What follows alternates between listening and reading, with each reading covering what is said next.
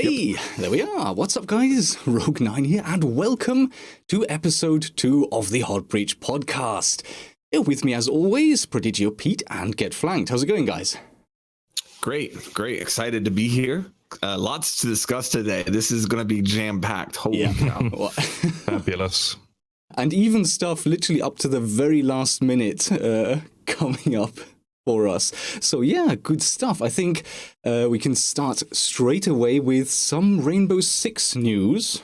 There we go. So the thing I'd like to discuss first is a new website. It's kind of in a soft launch right now. It's a Rainbow Six Siege website, which is live. Everyone can go there. People can submit videos, watch videos, but it's not really officially launched yet. It is the Rainbow Six Siege Academy, and I know both of you are familiar with this as well. In fact, if we look at I think this is the staff picks section, right at the very top, top left is a video, top 5 things beginners do too much, which may sound may sound familiar. And at the bottom, actually, bottom right, there's another one, beginner tips and pet peeves to avoid. Really good video, I hear. Also something about top-ranked operators. So a good selection of videos on there. So basically what this website is an introduction to new players, but also sort of a resource-gathering website for players that want to become better at Siege, want to improve various different categories, from beginner guides, map guides, operator guides, patch and meta updates through advanced tips. And yeah, if you fancy going to check that out, it's the Rainbow Six Academy. Can you browse to that from the website? Because it is part of the official Rainbow Six website right now, if you go to it. Let's have a look. I haven't tried. I've only gone directly to it. You can Google it. It comes straight up. It's like the first or second search option. Excellent. Did you guys want to say anything about the site? I think it's great. I think that it's the beginning of trying to make this a softer landing for new players. I think that's a great resource for a lot of new players to go there and get some base work. I think there's a lot of other stuff that we could do along these terms to help new players, but I think this is a great start, and really cool that Ubi reached out to some of us content creators. And in fact, one thing to mention, anybody can upload there. Anybody can go and upload up to 5 videos a day, I believe, is how it works. And, they'll be reviewed and stuff. There's a whole moderation team in place and whatnot. But yeah, I think it's awesome. Yeah, basically, I'll second that. Anything that's going to help new players is a good thing. Yeah, I think so too. And I think one of the interesting things is, obviously, when you're trying to find guide videos for yourself, you can Google search, you can search on YouTube. There's all sorts of things you can do. But here you have this sort of curation feature.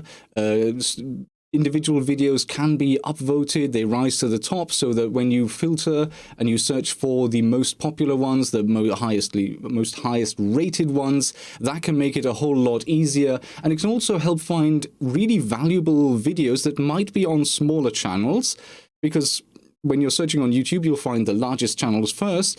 But smaller creators, I think, can really stand out here if the tips are great. So yeah, great to see that. Yeah, definitely. And I think with that, it's already worth moving straight on. We have had a lot of news this week about the new operation for Rainbow Six, which will basically be unveiled 1 week from today. In fact, just a few hours less than 1 week from today, next Sunday, we're going to see a lot about Operation Grim Sky. Everything will be shown live on the live stream for the Pro League majors in Paris. So let's talk a little bit about Grim Sky. I like the stereotype that it rains in Britain, so this is now Operation Grim Sky. You can imagine him sitting around and just, thinking about what can we associate with England. We've got the phone box. Well, the weather's always crap. Red buses. So here we are. Here Operation we go. It's the weather. But it's not really. Well, I suppose it is it's Hereford Base, right? Other than that, it's one American and one British operator. Yeah, so basically in the news, or the news report that Ubisoft brought out, the two new operators are sort of grouped together under Rainbow Six's, or Rainbow's Urban Tactical Response Team, which the name of, the code name of, is Grim Sky. And just to keep it really simple, the abbreviation for this group, for these two orators, is GSUTR. So I can imagine your weekly challenges play as GSUTR operators. So we know that one is a US operator and one a UK-based police operator, and I think there's been a few bits and bobs we've seen about them so far. Yeah, we've gotten a leaked kind of video today with the defender who has some type of a shield, and we've gotten a picture that kind of showed the blowtorch to confirm that. So we know that there's going to be a defender with a shield of some sort. We don't know exactly how it works yet, all the details, and we know that the attacker has a blowtorch. And again, we don't know all the details there, but yeah, and obviously we've seen the teaser trailer for the Hereford rework. So there's actually a lot of content coming this season, right on the heels of Parabellum, which had a lot of content as well. We're not getting a brand new map, but when you look at Hereford, you might as well be getting a new map. It looks completely different. Yeah, I'm really excited for Hereford. It is basically, we're only getting 2 maps a year, but with these reworks, which it seems as though we're going to be getting 1 a year. Would you say that seems about right? The full rework, not the map buff, looks like 1 a year at the moment. Maybe 1 or 2, yeah. 1 or 2, maybe. Well, that's pretty much a new map because Hereford Base is going to be completely different. Yeah, so I think, again, we've seen an official post from Ubisoft on this. What they've tried to do with these reworks is they want to keep the map feeling familiar. They want to make it look similar. They want to keep certain parts of it similar. And in fact, I'm just going to, while we talk on my stream, leave the trailer running in the background. Basically, what we see here is we can already see, if anyone's not seen this yet, we see the shooting range. So this part of the map is already familiar. We see other parts that kind of look similar, as we know, but at the same time, they fundamentally changed this map. It is much larger. It has a larger floor area for each level.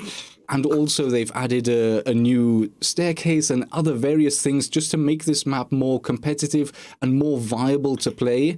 Because I think in previous discussions, we've sort of discussed this about the one key fundamental weakness of the map being the single staircase. If that gets cut off by the attackers, then really, as a defender, there's not a lot of chances you get to come back to a site if you've been roaming. So that's been addressed. Yeah. And I'm super encouraged about this map based upon the recent work they've done. I mean, I'm a big fan of Villa. I think what they did with the clubhouse was awesome. So I'm expecting big things from Hereford, and it's kind of cool too because whenever I think of the early days of me playing this game, the 2 maps that I have really like nostalgic memories of are House and Hereford. Those are like the 2 that really jumped out to me. So I'm glad that Hereford's going to get reworked and put into the more competitive atmosphere. The big question I have, which I put out a video today, is the weather. That's the big thing. How much is the weather going to affect that map? Yeah, but do you think dynamic weather really is something that suits a game like Rainbow Six Siege? Perhaps if you're playing PUBG or a Battlefield game, maybe, but the vast majority of their battles do happen inside. So does weather, is that not just going to be a bit annoying, having different weather? I think it's great for the average player, but it needs to have an off button for competitive play. Right. That would be my happy medium, but we'll see. I mean, look right now, if you get into a night map, when you're trying to play. That already is kind of annoying. It kind of makes it more difficult for the defending team. So having rain, I've seen a lot of people already mention that they're worried that maybe the noise of the rain could be challenging, could make the gameplay more challenging, or maybe the visual aspect for players outside or even players looking out from the inside.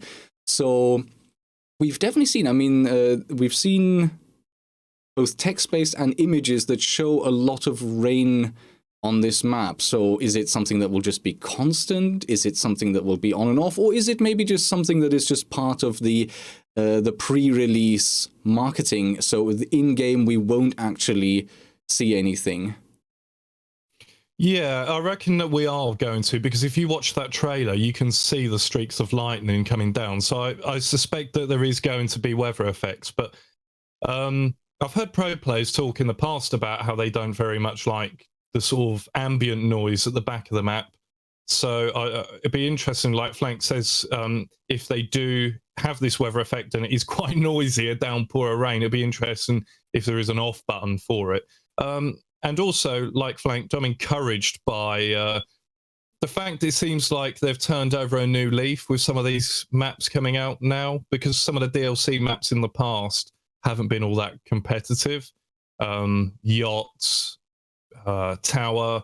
So it seems now that they've really kind of refined what they want a map to be, and they want it to be competitive at launch. So I'm quite excited for it. Does this open up the door to new possibilities? So this Christmas, are we going to have a map with snow effects with the Christmas theme? You know what I mean? Like, is this? I think that would be cool. Again, for the average player who's playing this game, this stuff is awesome. I understand at the highly competitive layer, you want consistency in your maps. You don't want anything that adds to randomization. So as long as it's managed correctly with an on and off button, this stuff can all add to the game and be really cool for the majority of players. Yeah, and I was thinking that as well. Like, recently, in the recent test server release, the main feature they were testing was a new engine, a new game engine. So is that maybe linked to seeing weather effects? That may be what that's for? That's a great point. Do you think weather effects are really even that important? Because you're hardly outside for much of the battle. Well, on defense, not really at all, and on attack for a little bit, I suppose. So, you know, if someone said the next Call of Duty is going to have dynamic weather, and as the match goes on, a snowstorm might come in, I'll say, wow, that sounds really cool. But on Rainbow Six Siege, I'm just interested to see what effect it really has. And I guess we'll find out in a week or so. Yeah. Well, what if you're that guy who sits on the top of coastline looking down the skylight with Blackbeard the entire round? How cool would it be if that guy got covered in a blizzard in the last minute? He's up there and he's covered in a blizzard.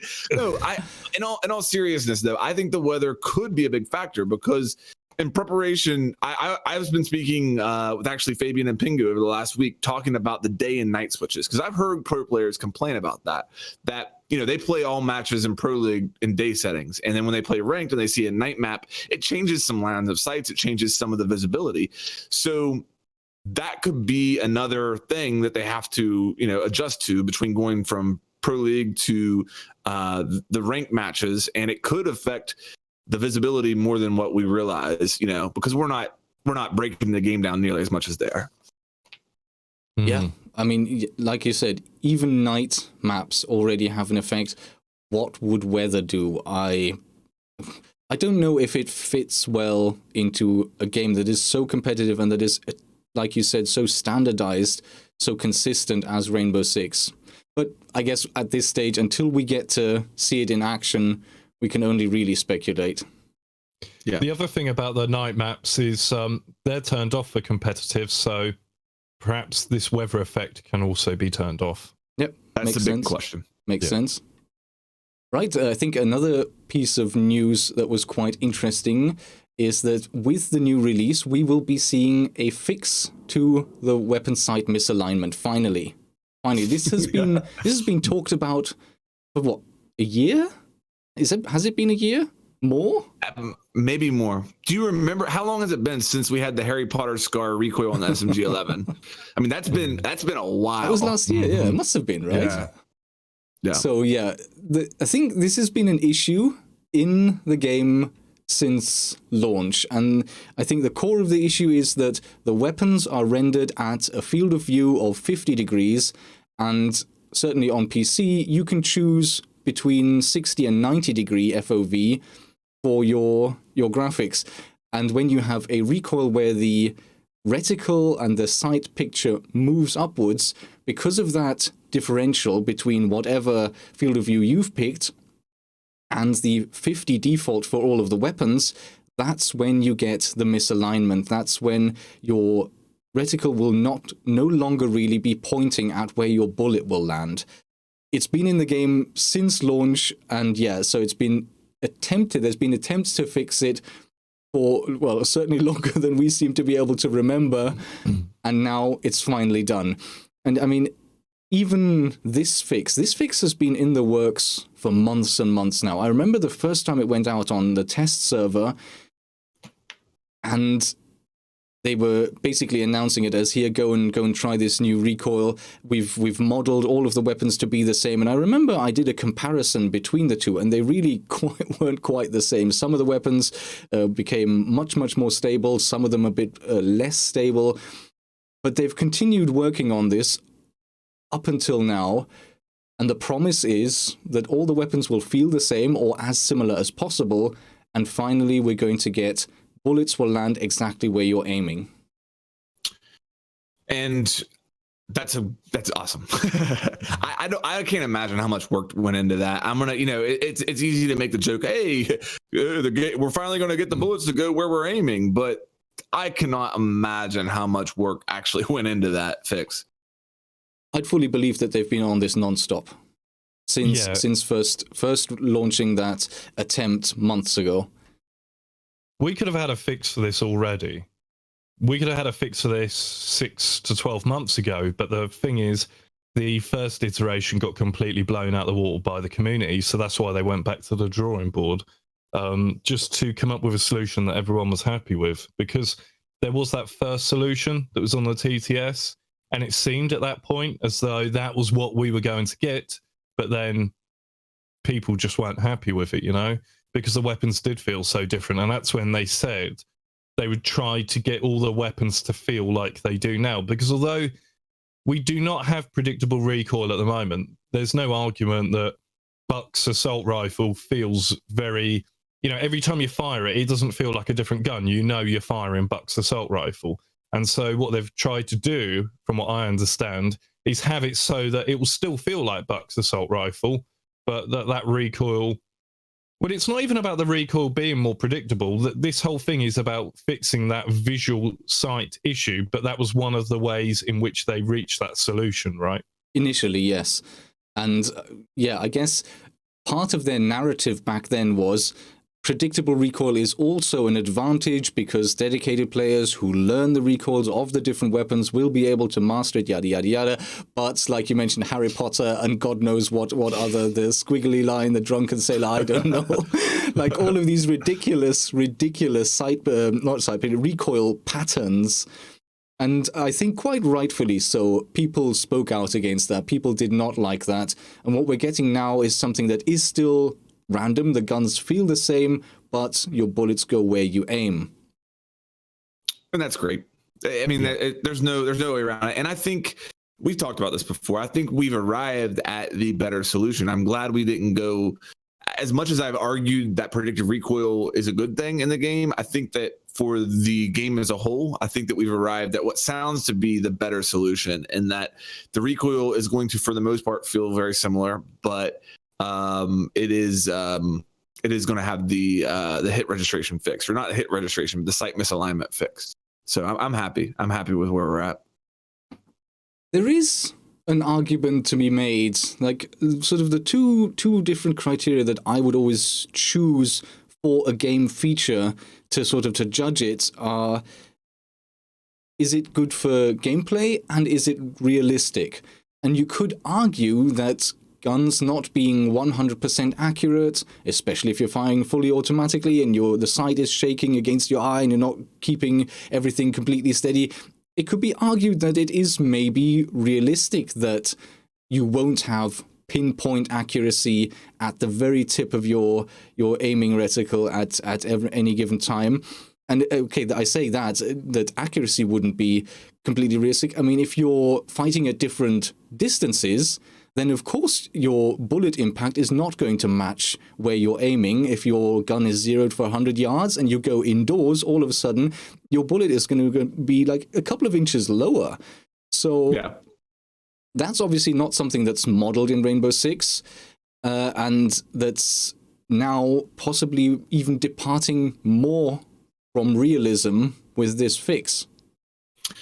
But I think that at the end of the day, is it on purpose? And it's clear that this was an unintentional consequence. I get what you're saying, but it's not like, hey, we did this because we wanted to be realistic. It's, hey, we didn't realize this was in the game and this is a mistake, so we're going to fix it. Yeah, it would have been a good excuse. Yeah, absolutely. Sorry, Pete, I interrupted you. No. Realism can only go so far. It's a video game, so I'm okay with that departure from realism on this occasion. And it's not the first game to struggle with this kind of visual discrepancy with the recoil. I remember this was a really big deal in Battlefield, and then they finally removed the visual recoil. So it's not the first game. Let's just hope that they take note for any future games. And it's only Battlefield 5 now, right? That's taking out the bullet dispersion. Battlefield 1 still had it, and people didn't like it. You're right. But do you remember on Battlefield 4 they had the whole CTE, and I remember that DICE LA were working on removing the visual recoil. It was quite a big deal at the time. We may be talking about two different things, though. Visual recoil versus dispersion. Like, dispersion is that your bullets will not quite land accurately for different weapons, and that definitely was a feature of Battlefield 1. Intentional, yeah. Yep. Good stuff. And just maybe to clarify before I move on, that was sort of just bringing a different side to the story. I think for Rainbow Six especially, with the competitive nature of the game, and as we already mentioned earlier, keeping everything as well or as far away from random as absolutely possible, it makes sense to have this. It makes sense for it to be perfect. It makes sense for you not to have to consider bullet drop and flight time and so on. So yeah, good news actually then. Good news. So as we mentioned, okay, go ahead. I just don't want to see it. The last thing I'll say about this, I don't want to see it get to the point where like Fortnite has like random bloom, or it's RNG bloom. You know what I mean? And I would hate to.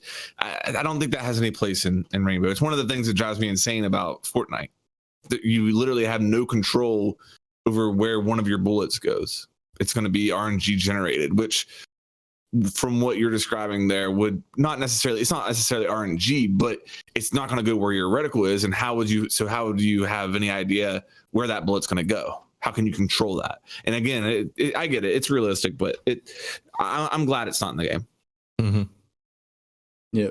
Something you mentioned earlier, still talking about the patch update coming, we had a leak today about one of the operators. I'm assuming you've seen the video for that. I think yes. I think I might just run it.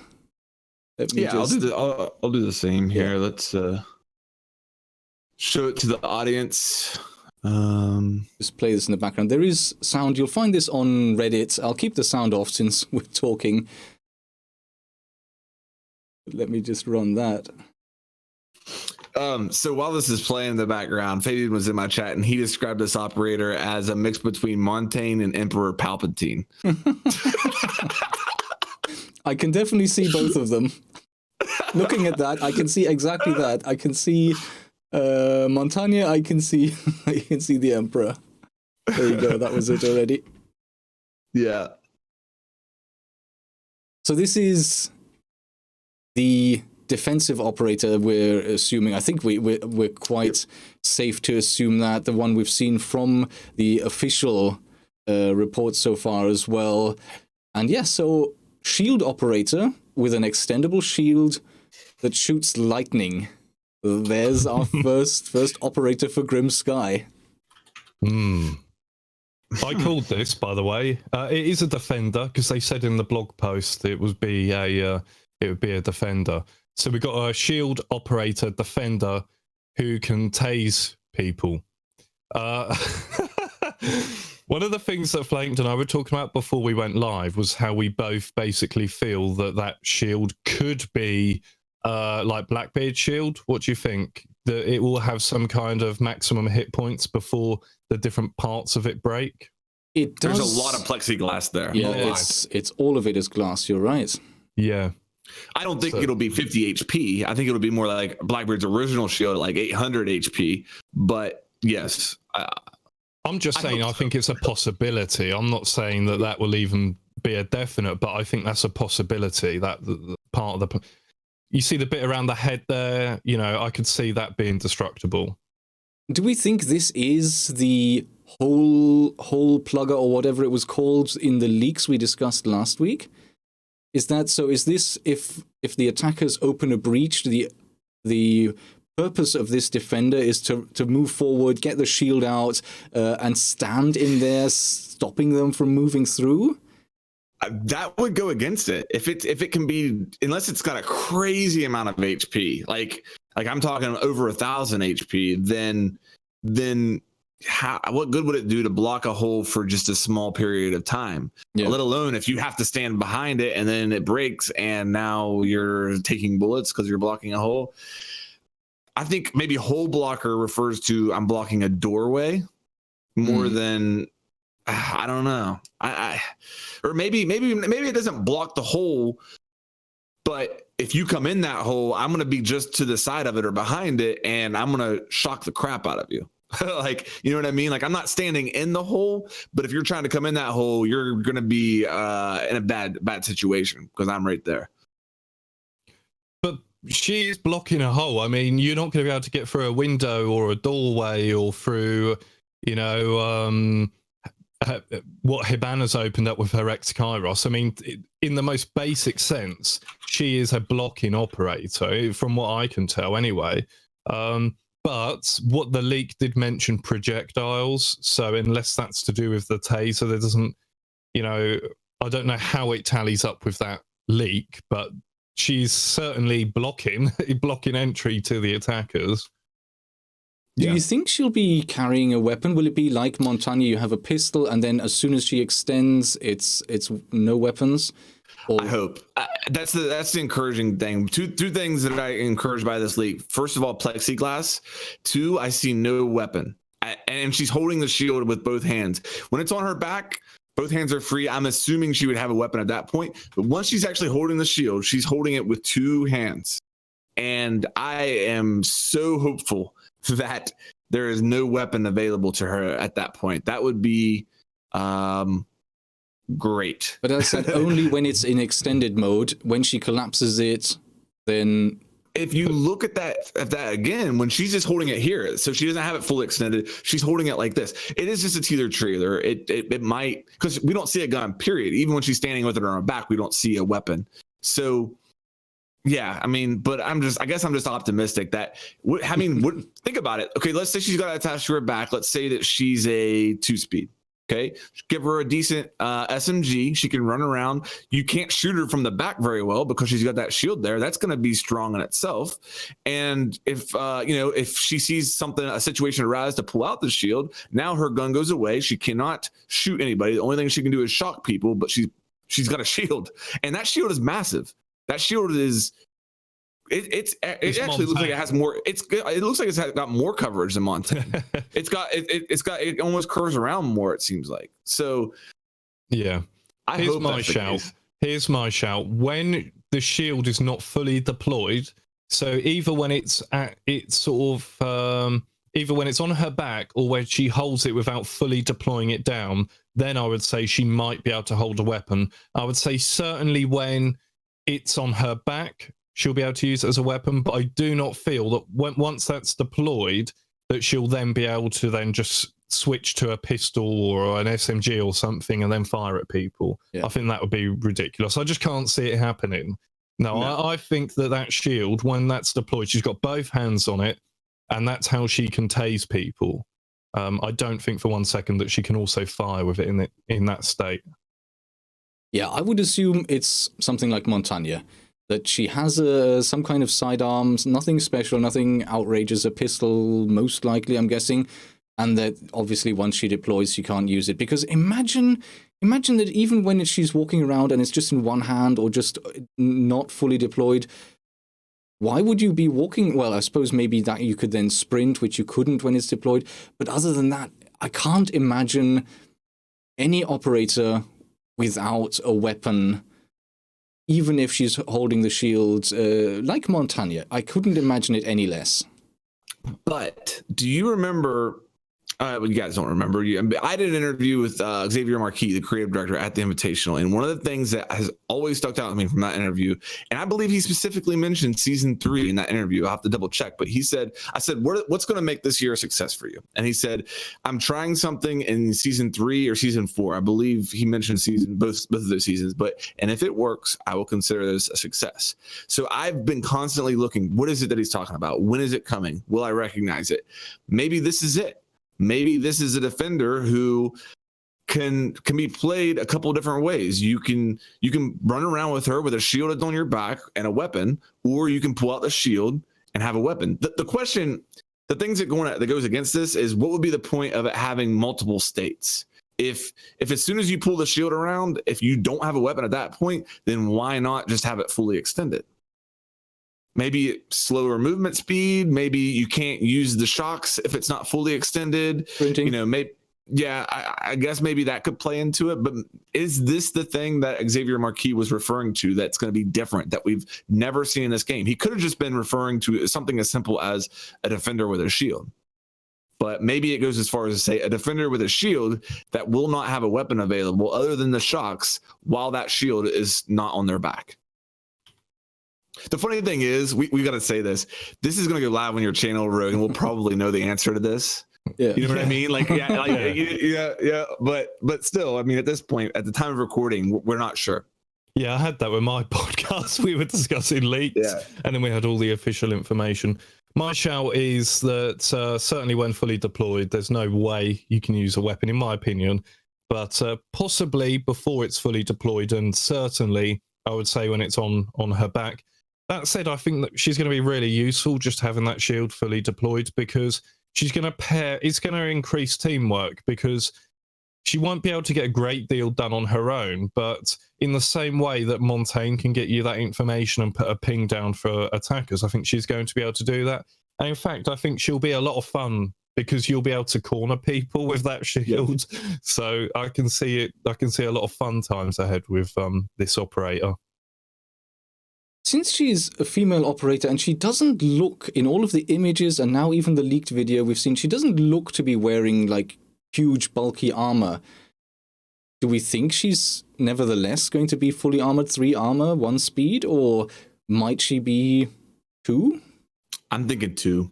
Maestro was a 3 armor, 1 speed. That would be 2 seasons in a row. I guess we had Alibi as well, so that evened it out. But I'm thinking 2. That would be my guess. Because they make a point of showing her with a shield on her back. You know, I think that's why I keep going back to this. There's going to be 2 different play styles with her.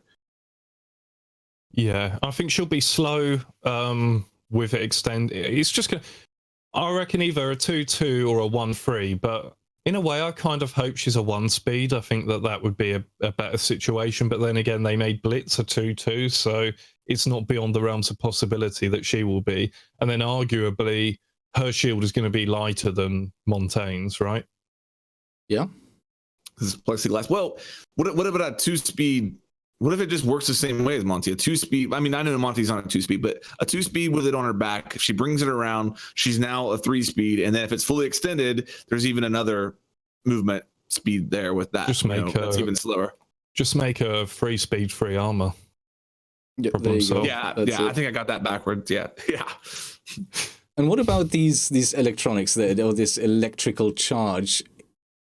It looks as if it has some range. Mm-hmm.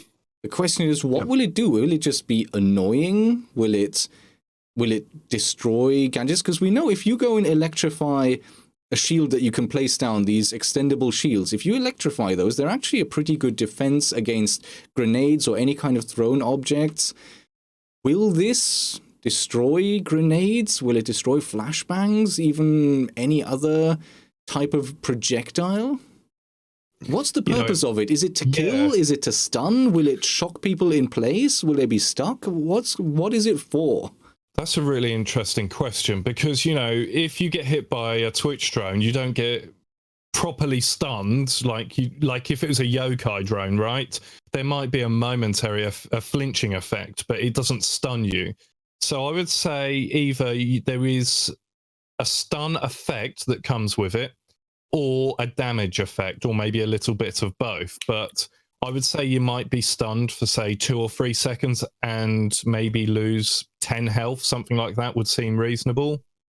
If it can stun you, though, and not just damage you, that's a really interesting kind of dynamic with the gadget, because if she can corner you and stun you, that then renders you vulnerable, right, to other members of the team that can then capitalize on the fact that you are stunned.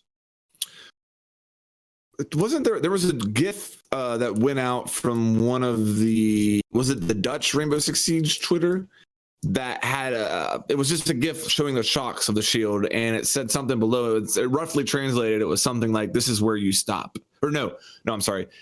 You were going to rush. Thought you were going to rush the objective, not anymore. Yep. So that's what I'm kind of taking. They're using it as a way, like, don't come close, and if you do, I'm going to shock you and do damage. I don't know about a stun necessarily, but I don't know. I mean, there's so many different things. What if you notice in that footage, the last one, she kind of like sets it down. The last one where it's fully expended, she sets it down. What if it's like Tachanka turret? You can set this down in a doorway, go do something else. Any of your teammates could come over and get on it. And if there's somebody trying to come in that door, bzz, you're shocking them, doing damage, and then you go away. Okay. Yeah.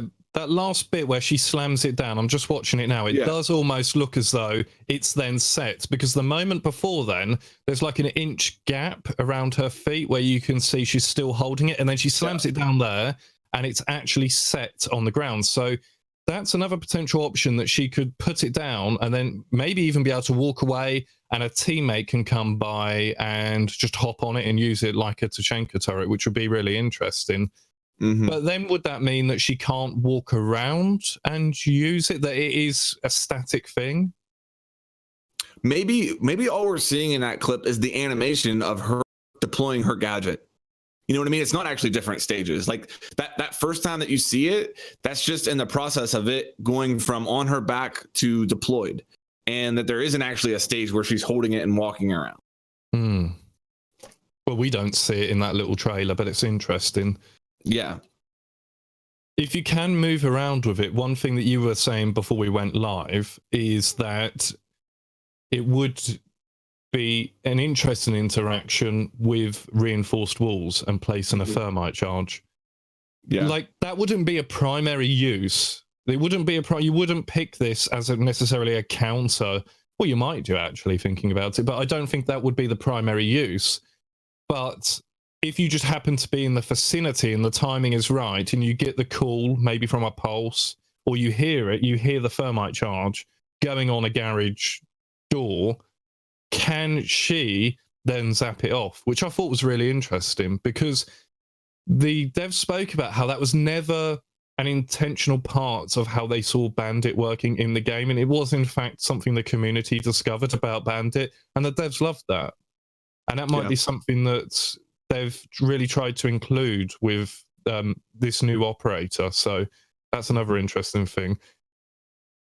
Yeah, I think that's part of sort of the idea behind Maestro's Evil Eyes as well. If you put them down in a room where a breach needs to occur, you can use that to clear away any breach charges, Hibana, thermite, as long as they don't either discover or destroy, are not able to destroy the Evil Eye itself. That's one of those uses. So maybe similar to that, it makes sense.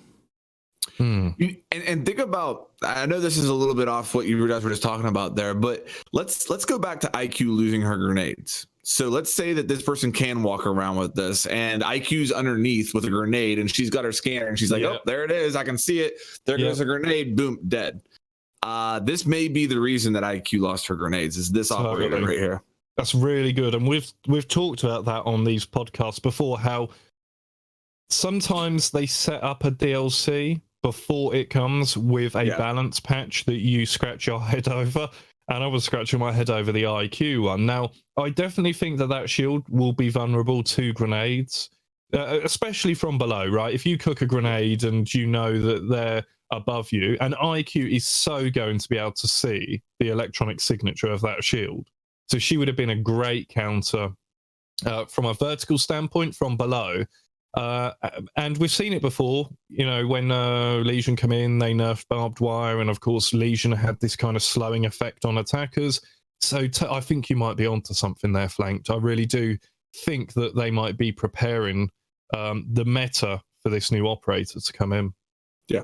Also nerfing her scanning range, so that she can't find that new shield on all of the devices from too far away. And I think that's kind of fair enough, because, I mean, you think back to the early days of Rainbow Six, think back to IQ and what her role was back then, when there were hardly any traps in the game, and once you knew where the cameras were, what were you looking for? Maybe Capcan traps. The single one that he had, right? He had one, right? So in the early days, there was a real question as to what was IQ's role really supposed to be, and then almost with every season, that reminds me of my interview with Xavier. That was quite funny. I asked him who his favorite operator was, and you should see his response to that. That's quite funny. So sorry, I didn't mean to interrupt you. No, that's okay. Like I was saying, with almost every season now, we've seen IQ just become stronger and stronger and stronger, because almost any gadget, not just electronic gadgets, any gadget she can detect, to the point now where she's certainly at a very high level ranked play and in Pro League, where she's becoming just almost a must pick. And maybe because of that trend, they're trying to sort of preempt her becoming even more of a must pick, someone who just needs to be on any attacking team at any time. I just thought of something. Oh, what if she is finally a counter to shields? So Monty's coming up, he's pushing in on you. You walk up with her and just start shocking Monty, and you know what I mean? Electricity's going through his shield. His shield's metal, and so Monty's just like getting zapped. Yeah, or getting zapped like I love it. Even Blitz, because I mean, sort of what we saw today was, so you think you can rush? Try again, right? Something along those lines. Yes. So maybe Blitz just rushing in like a madman with Ash behind him. Maybe that's exactly what this is for. Actually, she's a really interesting. I'm really interested about this DLC. Yeah. You know, I know a lot of people sort of see these trailers or see these leaks, and they tend to get a bit worried, or either they're overpowered or underpowered. But I'm really interested about this one to see, because it is so different, like you say, to have this defensive shield operator who can, from what we see anyway, zap people and have potentially, you know, on paper, there are so many interesting interactions they could have put in the game with that. So I'm really excited for this next DLC. Yeah, and I'm sure tomorrow and throughout the entire week, we'll be finding out more and more and more. Oh, yeah. So definitely stuff to look forward to. And of course, then the final reveal next Sunday. I think at this stage, we've kind of exhausted all that news. But there's been a few other games that have gone into beta or may soon be coming back into alpha. I know, Flanked, you and I, we've been playing a little bit of Black Ops 4. The beta as on PC has finally gone live. And I think it would be quite interesting to talk about that a little bit. Okay. I think we've had fun, I would say, playing on PC. My initial thoughts with it, I played on PS4 last weekend, played it on PC this weekend. This is the first COD I've ever played on PC. I've always heard kind of horror stories about the COD ports on PC. Black Ops 4 runs well. I was anywhere between 130 to 150 frames most of the time. So from a technical aspect, I was pleased. I thought it ran well. I had fun playing it. It's the same old story. Okay, well, one thing, snipers on PC are a major problem. On PS4, you're aiming with thumbsticks, not quite as big of a problem. On PC, snipers are a problem and represent a huge imbalance issue with the game. One-shot sniper with a time to kill with every other weapon pretty high. That's a major issue. But no, I had fun. I think I'll end up buying it on PC. So that's probably the best thing I can say about it. Yeah, I can sort of echo that. My experience has been basically hot and cold. It's been either or. I've had fun with it. It's been great to just run around, jump around corners, and then go into a crouch slide and shoot someone with a shotgun or an SMG or something like that. Really, really cool stuff. But I do think for the long term, for me, there are aspects of the game that I find really challenging to deal with.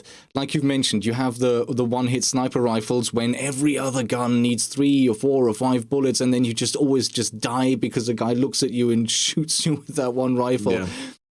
And I think, in addition to that, there is an issue with sort of the balance of the weapons. And I think it's fair to say the weapons aren't balanced.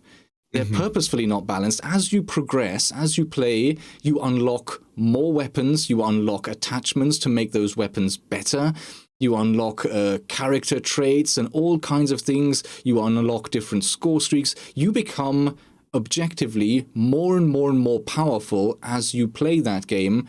I think from a game design concept, that's problematic, right? I mean, when the latest Battlefront went live, we all remember the huge outcry because it was pay to win in some aspects, because you were able to purchase things that made your character better, sometimes by up to 40% for some things, stronger weapons, more shields, all kinds of things. And that obviously rightfully was condemned. It's terrible. You don't want to have, for a fully priced game, for something that's not free to play, people being able to put down a handful of dollars and get a gameplay advantage. But in the same line of thought, I think if you come in and you're going up against someone who has 20 more hours in the game than you do early on, and that person already now has weapons and character perks and all kinds of things that just make him objectively better, that give him better tools, I think that's a design flaw. How can you have that in any multiplayer game?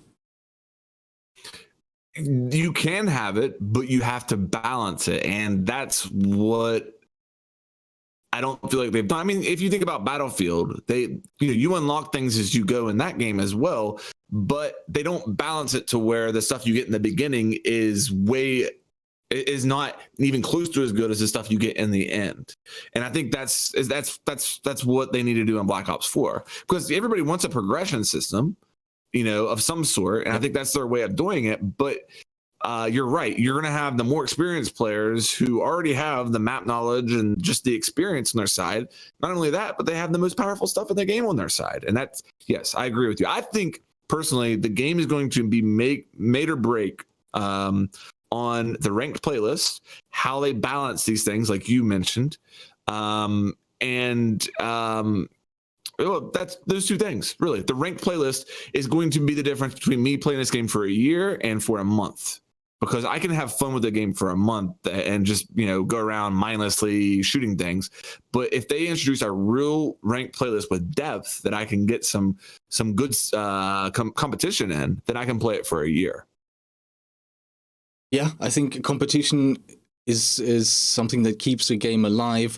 And there's more that I think is maybe challenging with the game in the way it is right now.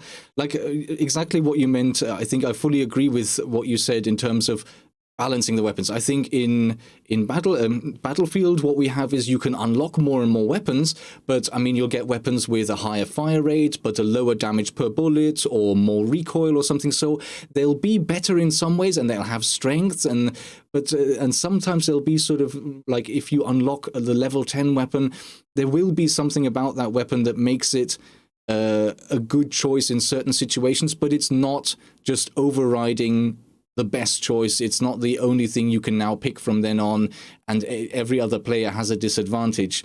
And that's one issue. I think the spawn system,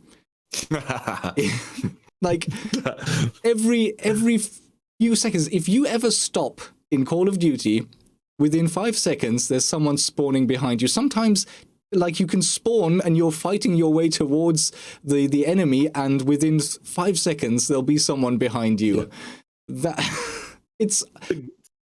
Today I was playing with Hickscap, and he explained to me that that's a design choice to allow everyone in the game to have some success. Is that something you think is a good theory? Absolutely. It's a randomizer. There's people who describe spawning as just pulling down on a slot machine.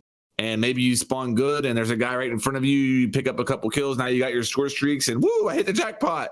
Or maybe you spawn in, and somebody spawns right behind you, and you just lost all your money. And I think that's what happens when you try to make a game that's a blockbuster hit every single year. You end up doing things like that. I don't know, man. I think we've mentioned Battlefield a couple of times, but to compare like the way that the Black Ops 4 is a balanced mess right now compared to Battlefield. So Battlefield 5, we played the alpha. There's one-shot snipers in that game as well, but it's a headshot only. Correct me if I'm wrong there. Correct. In Call of Duty, it's upper chest and above with at least 2 of the snipers that I saw. It was upper chest and above. Also on Battlefield, you've got bullet drop, and you're playing on maps that are gigantic. Call of Duty, you're in close quarters. Like, aiming is not even close to as hard in Call of Duty with a sniper as it is in Battlefield. So I'm okay with Battlefield having a one-shot sniper with a headshot only, because it requires skill. It's difficult to do that. It's balanced. But in Call of Duty, it's not. And I think something you mentioned just only a few seconds ago, and this is probably the last point I would raise, score streaks. I know it's a part of basically Call of Duty tradition. Did it start with Call of Duty that came up with that concept? So COD there you 4, go. I believe. Yeah. And I understand that it's part of the series. I also think that it's a horrible design choice, because what you're doing is, if there is an imbalance in the teams, if there are players that are skilled enough or have unlocked weapons that are powerful enough to dominate players on the other team, then suddenly you give them these ridiculous score streak bonuses. Okay, some of them, like, look at the ones in Black Ops 4 right now. Like, you have a scanner that just unveils everyone on the minimap, but then you can have an airstrike from space. You can call in super soldiers. You can just unlock an RC car that blows up people. Like, some of these things that you can unlock, both the score streak abilities and the individual abilities for each of the characters, which kind of need to be unlocked with kills as well, or scoring at least. Some of them are click and win. I guarantee you, like, some of them are literally click and win. Yeah. Remember the spider machine? That my God. It's called the Mantis, I found out today. It's like a 6-legged robot that is remote controlled. It seems to last forever. It's like, you can shoot it with rockets. You can shoot it with your machine gun. It can't die. It has a 40mm grenade launcher that kills you in one shot. There's no bullet flight time. There's no bullet drop. It looks at you. It kills you. These things are indestructible at the moment. They walk around and they just murder everyone. And of course, that's not even mentioning the helicopter, which is today again. I tried to shoot one down. I got the rocket launcher for my secondary. I shot 5 rockets at that thing. It was still going, just deleting players from our team off of the map. Yeah. Like, should something like that be in a multiplayer game? That's really fun. for a super casual player. It's fun if you're on the winning side. Yes. If you are, I made this. I think you were with me last night when I made Harrison. Call of Duty Black Ops 4 is a Michael Bay film. Okay, you're gonna go and you're gonna watch it, and you're gonna see some really cool stuff, and you might feel like a hero playing it, but it's not what you're gonna think about. It's not a movie you're gonna watch and it's gonna challenge you. Okay, it's not. You're not gonna go home and like have a conversation really deep with somebody who's watched it. You know, hey, what do you think of this? What do you think of this? You're not gonna get any depth out of it. You're just gonna get really cool moments, and that's Black Ops 4.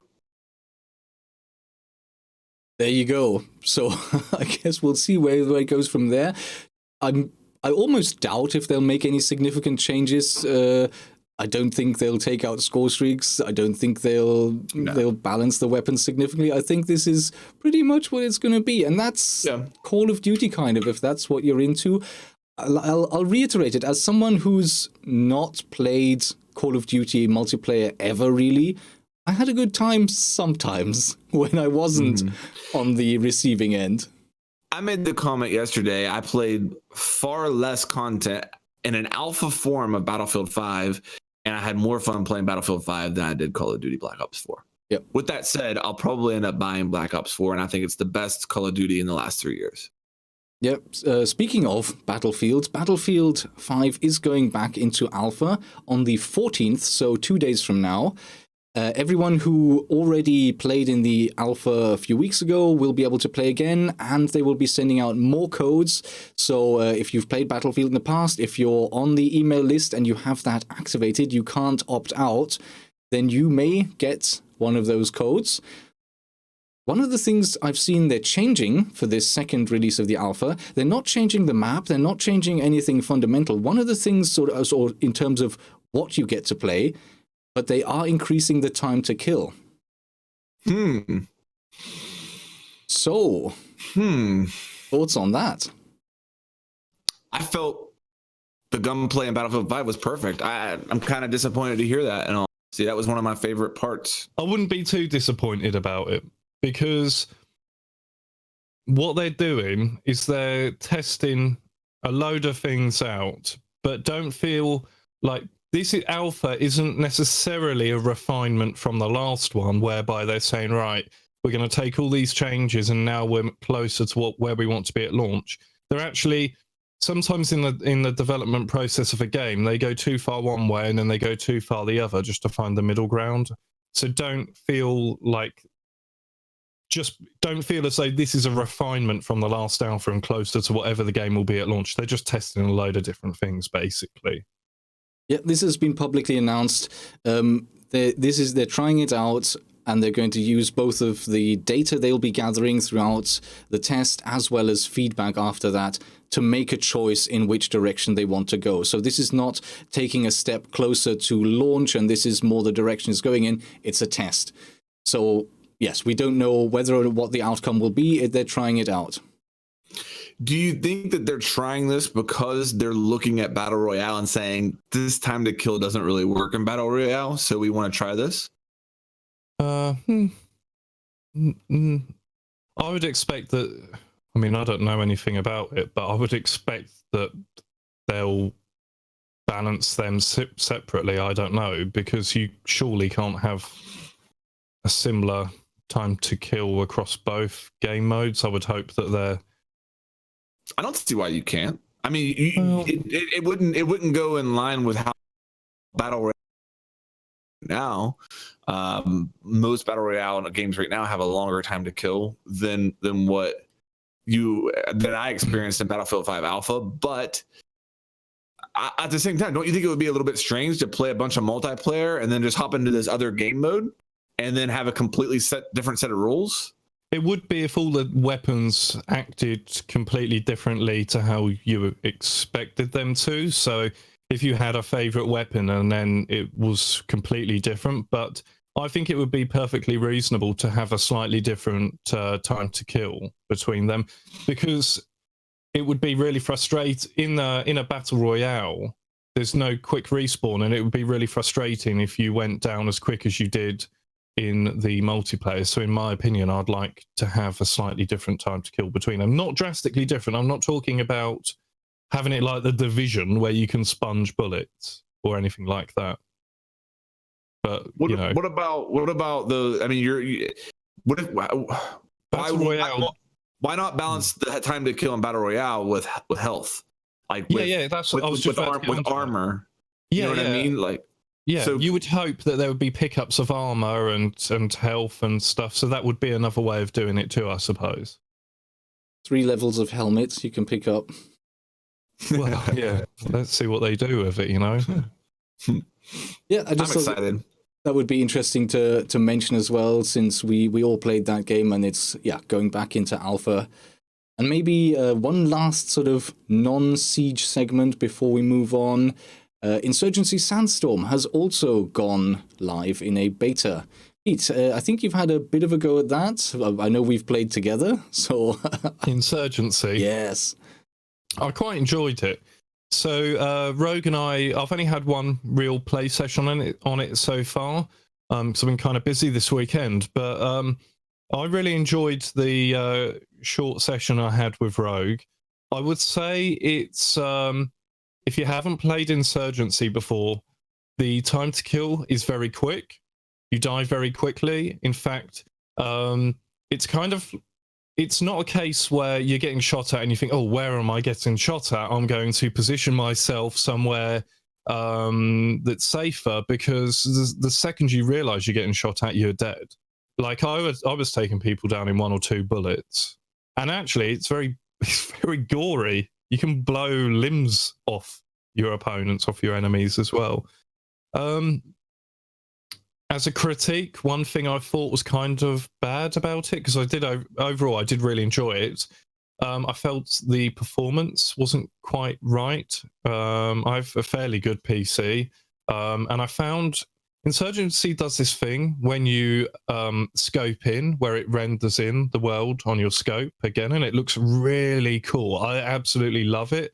But I had times where just for a second, you could feel visible frame drops, and it just feels, with the game basically 1 month away from release, I am a little bit worried about how it's going to perform on PC. I'm hoping it has a smooth launch, but I'm kind of worried because I was speaking to a few other people who played the alpha and stuff, and they said that these issues have been there for a while. Yeah, same basically for me. I think I kind of had sort of 50, 60 frames per second with everything turned up as high as it would go.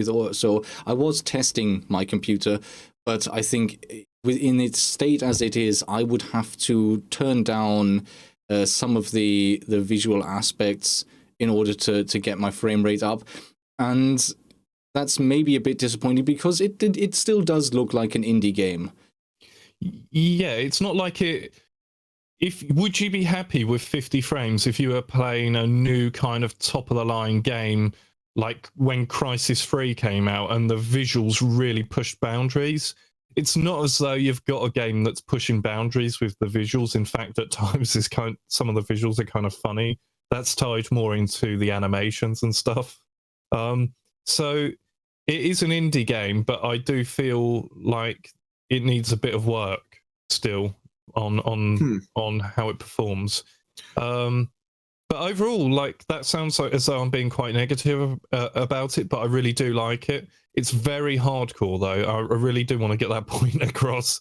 A lot of the time, you don't even see where your enemy is, and you're just dead, and you're kind of wondering what happened. Well, let me challenge you guys a little bit here, because obviously I didn't play it. But I mean, do you think this game, you mentioned it's coming out in a month, do you think it's going to be a success? I hope so. It's not coming out in early access, as far as I'm aware, though correct me on that if I'm wrong. So this is going to be the full release on PC before a console release early next year. I really hope it is a success. Is there game? Let me rephrase that question. It's clear that there's some technical aspects that you're concerned about. Is there gameplay there that will allow this game to succeed, even if the technical aspects aren't there? Is it fun to play? Yeah, I think it is, the multiplayer is ultra hardcore. Like Pete said, you go down in 1 or 2 bullets. It's quite challenging in that way. And also, to maybe even to balance that out, the gun recoil is also much stronger than you'll see it in many other games, especially sort of more arcadey games. And this is really far down the sim scale, really, of first-person shooters.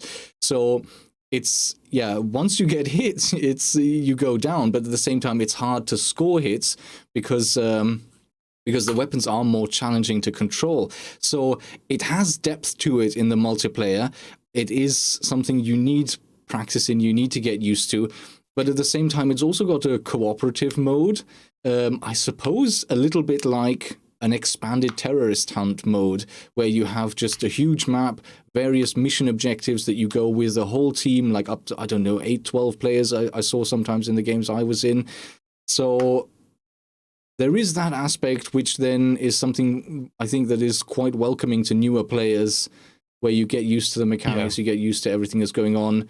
And there is a lot of depth to the weapons. There are tons of weapons in there, tons of attachments you can go with every weapon, different items you can bring, explosives of all kinds. It looks interesting. In terms of will it be a success? I think what it is, like a £25 game, or a $30 indie game. It doesn't need to sell the millions for them to have a successful game. And I think for the objective they've set and for the type of game it is, it's not competing with Battlefield 5, it's not competing with Black Ops 4, it's not competing with Rainbow Six. It is in a different market at a lower price point, and as such I think they do have the ability to achieve what is necessary to make it a success for them. I think, I think you're on point there. It could be a grower, this game. It might not have the most spectacular of launches, but it might be kind of a little bit like Rainbow Six Siege, where it grows over time and becomes bigger than it might be upon its initial release. One of this game is going to appeal to that crowd of people that do like hardcore shooters. So I guess games like Squad and Arma, although it is very different, so I'm not drawing a comparison in that sense, but I think it will appeal to that crowd on PC that like hardcore shooters, because it has a minimalistic HUD and the time to kill is very quick. But the thing about gamers that tend to play Squad and other games like that is they tend to appreciate good frames, good optimization. They tend to know their stuff. So in one sense, it will appeal to them, but I don't think the way it's optimized necessarily will, because if you buy a game like this, you don't expect to need a really high-end PC.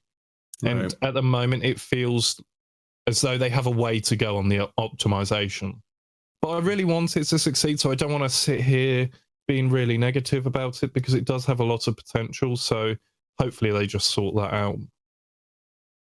I would even go as far as to say, is with the graphics as they are, you can probably turn down quite a bit and it would still look very similar, because it looks good, but like not Battlefield good.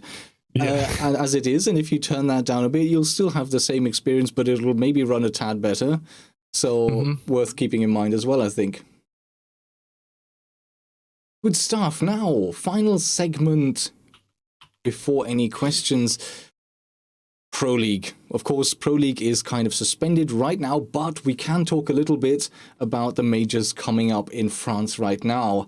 There's been a bit of news from various teams about some movements. The French team Millennium will not be playing with Yogurts, who is an outstanding player. He won't be able to make it. Instead, they're bringing in Falco. Do either of you guys know Falco? No. The name's familiar. I forget where he's from, but I don't know much about him. My assumption is he would be French. Millennium is an all-French roster at the moment. Yeah. Just on a side note, as I mentioned last week already, Augulus will not be playing with Hungary. Instead, they're bringing in Corey to play with him, to replace him. And of course, Penta will not be taking part at all. Instead, they'll be going under the banner of G2. Yes. Yes, that's huge news. Really great for them. I think I'm 100% concerned or certain that them switching to a different org will bring them also a better deal in terms of their contract. So it's great to see such a great team then be able to do well in their profession. Yeah, it's going to be weird to not see Penta. I mean, Penta's been a staple. I think they won year one, season one. Not same roster, but I think actually Pengu was on that. But anyway, it's going to be weird to not see Penta, but it's cool. It's good for them to be picked up by a tier one org. It was coming. We all saw it coming. And that's big news. You say we all saw it coming. Oh, there was this amazing tweet literally one day, less than a day before the announcement, of a guy saying, my birthday wish has come true. My girlfriend has finally bought me my Penta outfit, and here he is with his outfit. I'll be there in Paris cheering for you. And then they come out and say, by the way, we're not Penta anymore. Poor guy. That tweet didn't age well. Oh, man, that's quite funny. Here's the thing that I find a little less funny, though. For those people going to Paris, it may have come as a bit of a surprise sort of over the last week that everything in the venue, the game commentary, even the panels, everything will be in French. I was surprised by that, not because I can't imagine, obviously, the event being in French, but because I don't know if this was communicated at all beforehand. Yeah, to the people buying tickets to go along the whole event. I mean, I guess it's understandable it is being held in Paris, but it's a head scratcher as well, because I'm sure there is a good percentage of French people watching it, but the vast majority of people that seem to me would be going would be English speaking or have English as a second language. So it's an interesting decision. How is it going to affect the live stream? Not at all. Having that in the background though, or it's going to be like watching the Olympics. They do they're the same thing at the Olympics. If you watch the Olympics and you hear the background or while you're watching it on TV, hear it's in whatever language they're in. I mean, if they looked at the demographics of people who are buying the tickets and they saw the majority of our audience is going to be from France, then I have no issue with this. You know what I mean? Hopefully that's the case. But I mean, if they are looking at the demographics and 75% coming from countries outside of France for this audience, then that might not make much sense. All right, let me sort of respond to both of those points. I think in terms of the live stream, we won't see anything because we already have that, right? Even for the nightly games that we get throughout the season, what the different commentators will get are clean feeds, and we have different teams commentating in different languages. And I don't think there'll be any effect on the English broadcast at all. So if you're staying at home, won't affect you, I'm sure of it. In terms of looking at demographics and then making a choice, I mean, I've also seen people refer to a French law that mandates that certain broadcasts or events within France must be in French, and the claims, I've not seen this officially from Ubisoft, but I've seen other people claiming that there is a language law that mandates that in France everything has to be in French, which could be true, couldn't be true, I don't know. The thing is, though, whatever the reason, I think this needed to be part of the original announcement. We will be holding our first majors in Paris, and by the way, it'll be in French. And then when anyone goes to the ticket website, just have a massive box over the top that says, this will be in French. And then you click accept, and then you choose. Do you want to? Do you not want to? Because here's the issue that I see. Someone's bought themselves travel. Someone's going for all 3 days, so they may be arriving Thursday evening. They're staying in a hotel Thursday, Friday, Saturday, and maybe even Sunday. So that's 4 days, up to 4 days in a hotel in Paris. We're talking $150 a night, maybe. So you've got that, which is like $600 already. You've got travel. You've got the tickets, which aren't cheap. People may be putting aside $1,000 to go to this and then be told 2 weeks beforehand, not even, by the way, if you don't really speak French, you may not be able to enjoy this the way you were expecting to. I think that's kind of an issue. I think that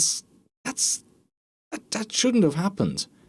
Yeah, so it's a communication issue, letting people know that it's going to. I have heard rumors that that Kickstarter and Intero have been brushing up on their French. Okay. For what reason? I'm pulling your leg. Yeah, there is a French broadcast team that already does the live streams throughout the week. They'll be doing it just in venue. So in the venue, instead of hearing Kickstarter and Intero, you will be hearing the French guys. And instead of seeing Justin Kruger and anyone else, all the developers talking about the new season, you'll be possibly seeing them, and then it will be live dubbed into French for you. I just think that with an event that is just that for some people can mean a large expense, that should have been on the website when you go to buy the tickets. Like imagine any other product or service that you go to buy and you find out 2 weeks before you get it at a time when you may not be able to cancel. By the way, you're not going to understand any of this.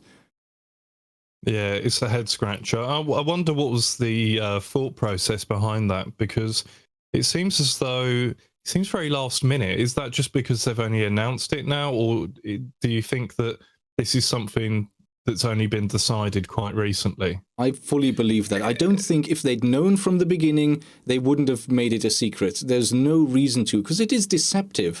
I think this was a last-minute change. Maybe it is a legal issue, and it only just emerged over the last few weeks. I don't disagree at all with your communication complaint. I think that's very valid. But this may be a case of the majority of the people there are going to be from France. And I mean, Rainbow is huge in France. Think about the European Pro League. How many French teams do we have? It's very possible that the tickets were just gobbled up by French, for people from France, and that it only makes sense to broadcast in the arena in French. Yep. What would be cool is for the people in there, if they were able to tune in and listen to the English speaking broadcast. And the same at any event. If you're a Portuguese speaker from Brazil and you go to one in the States, you could do that. But you might say, "Oh, just have it on Twitch," but it's going to be about 2 minutes behind. So I don't speak a bit of Portuguese, but those announcers I will listen to anytime. Those guys kill it every time. The amount of excitement you can just hear in their voice, I love it. Hopefully, I've never listened to the French guys. Hopefully, the French guys can relay that as well. But if I went to Brazil for one of these and it was Portuguese going around, I would be perfectly happy. Fair enough. And I think maybe sort of to round this off, we could look at the groups again and discuss a little bit how we think they will be doing. So here are the groups that we already know. Do we have a wager here? Are we? What's on the line? I mean, it's a bit more challenging for us this time because we don't know which of these teams will be playing against each other once they go into the knockout stages.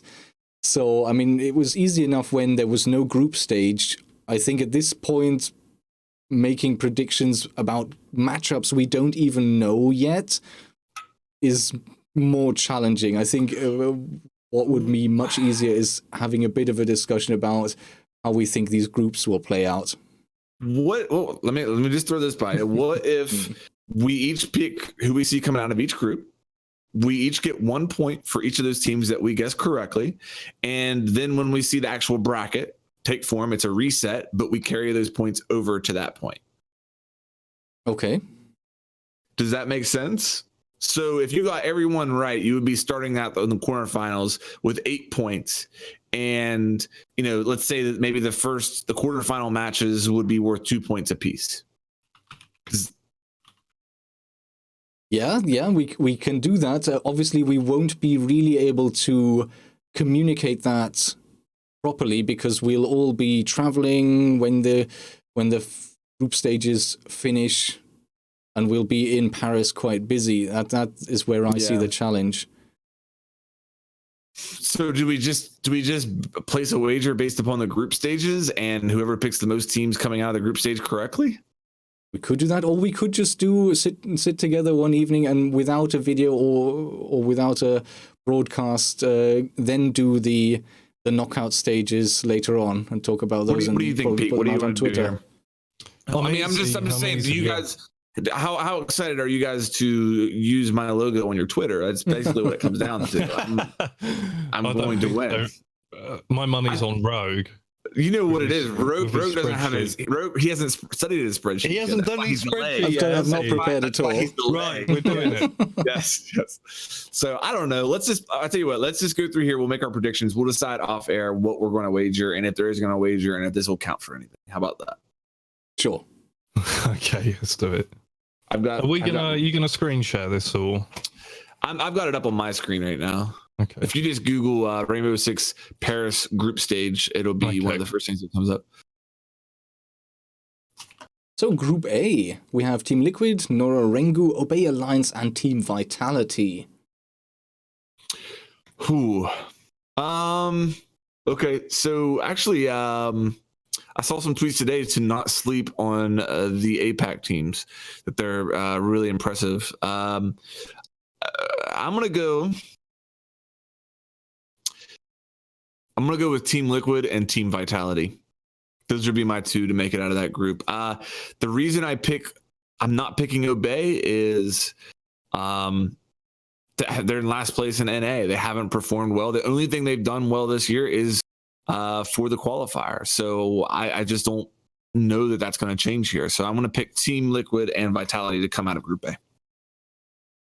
Yeah, I would echo that. Obey, we talked about this, I think, in maybe the pilots. They've struggled a bit and maybe struggled under the one map formats that we've seen during the league play this season. But yeah, they've struggled, and will going to a three map format, will that turn it around for them? Hard to say.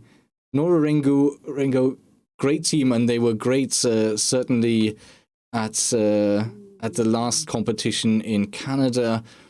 But again, Team Liquid's top placed LATAM team right now. They're going to do well. No question about it, and I think Vitality can follow them through as well. I'm going to change my pick before Pete goes. I'm picking yes. I'm picking Liquid and Nora Rengu. Sorry, right. I love the Nora Rengu guys.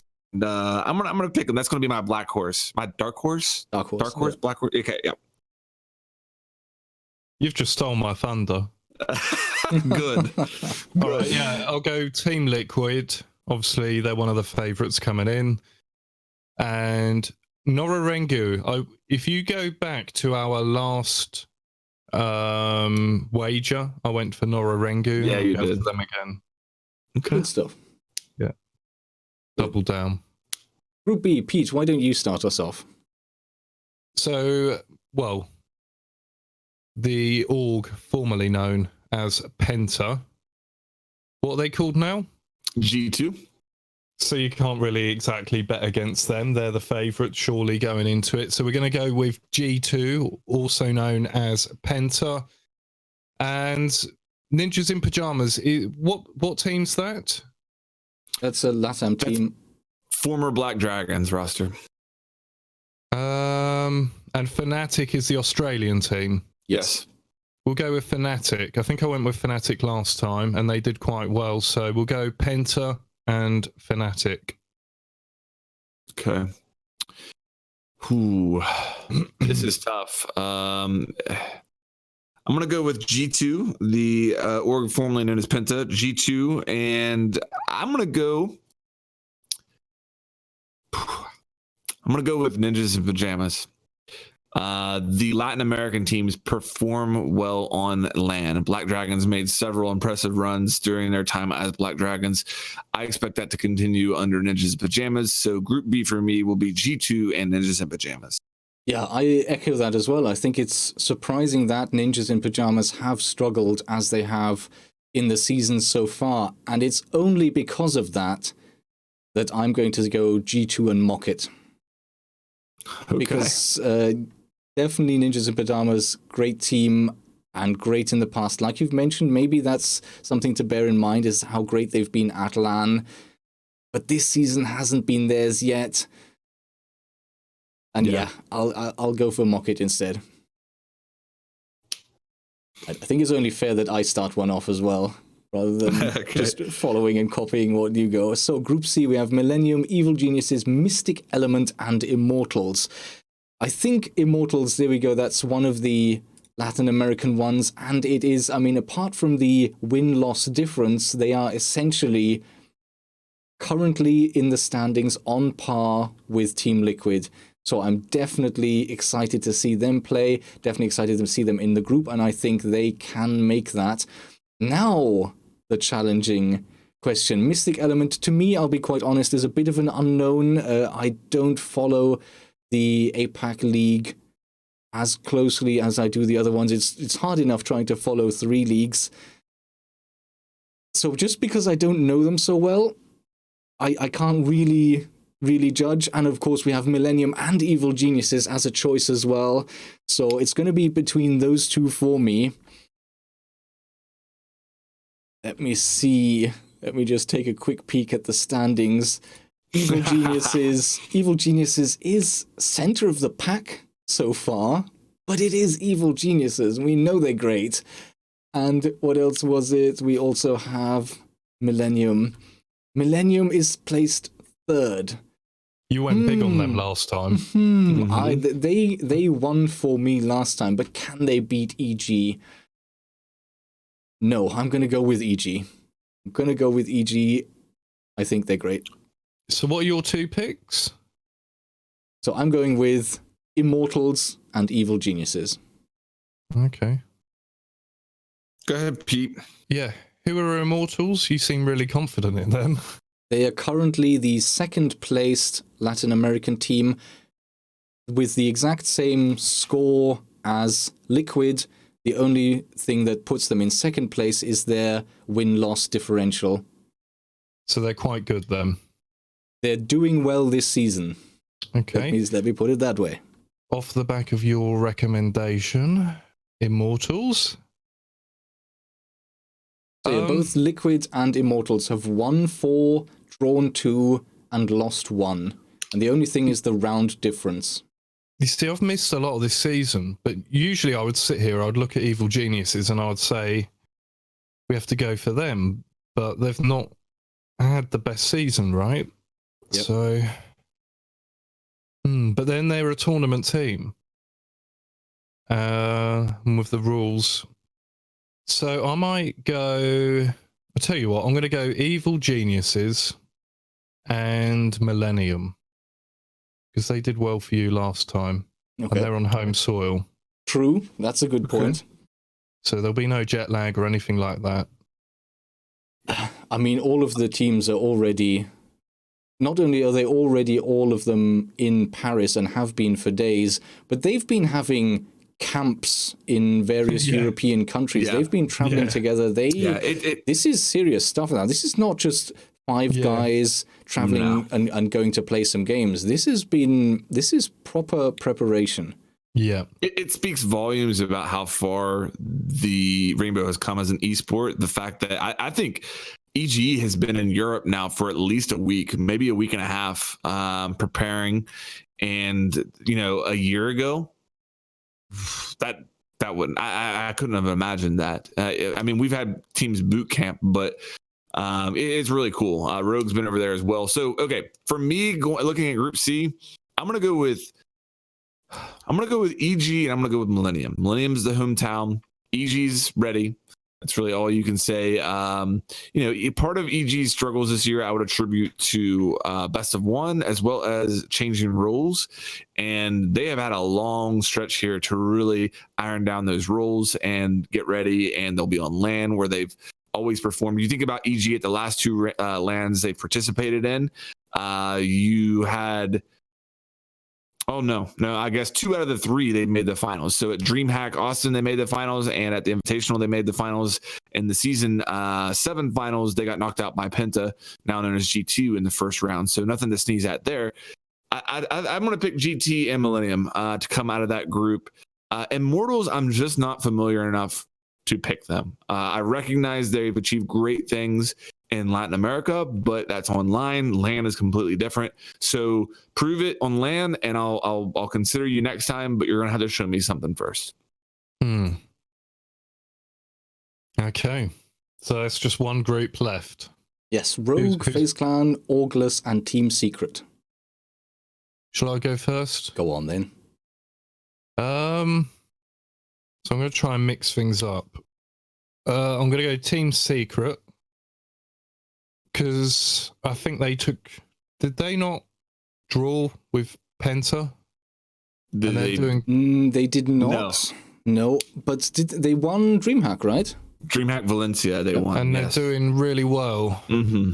Yeah. I'm looking at the standings. Yeah, absolutely. So, second place. Okay, so we'll go with Team Secret, and then it's between FaZe Clan and Rogue. And I think I'm going to go for... See, FaZe Clan aren't having the best of seasons, but do you think that's because of the rule set? You say not the best of seasons. They're in the top 4, but look at the points. Look at the point difference between Team 1 and 4. You have 14, 14, 13, 13. How can you split those teams? Can you split them really?